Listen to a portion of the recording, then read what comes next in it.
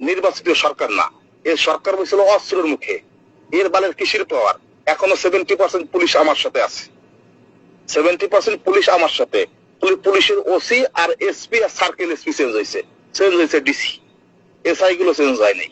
SI এক থানা থেকে আরেক থানায় দিয়ে দিচ্ছে, সেই থানায় যদি সেটা চাপে পড়ে যা ধরার আগে অনেক ইনফরমেশন দিয়ে সরাই দেয়, যেগুলো ছাড়তে পারে না ওইগুলো ধরে চালান করতেছে। অনেক লোক জেল থেকে বেরোয় আসছে। এখন বাড়ি ঘর আগুন ধরাচ্ছিল, পোড়াচ্ছিল, তখন তো সবাই লিয়া দড়ির পরে সে ঘুরে এসে জামাতের ঘর আগুন ধরাতে পারি নাই।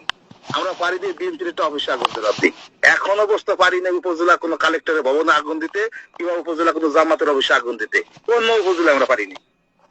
কিন্তু আমরা সব করে দিচ্ছি। আমাদের বেসিক আছে 500, আমার বেসিক আছে 300, মাঠে নামানোর সময় একটা লোক নাই।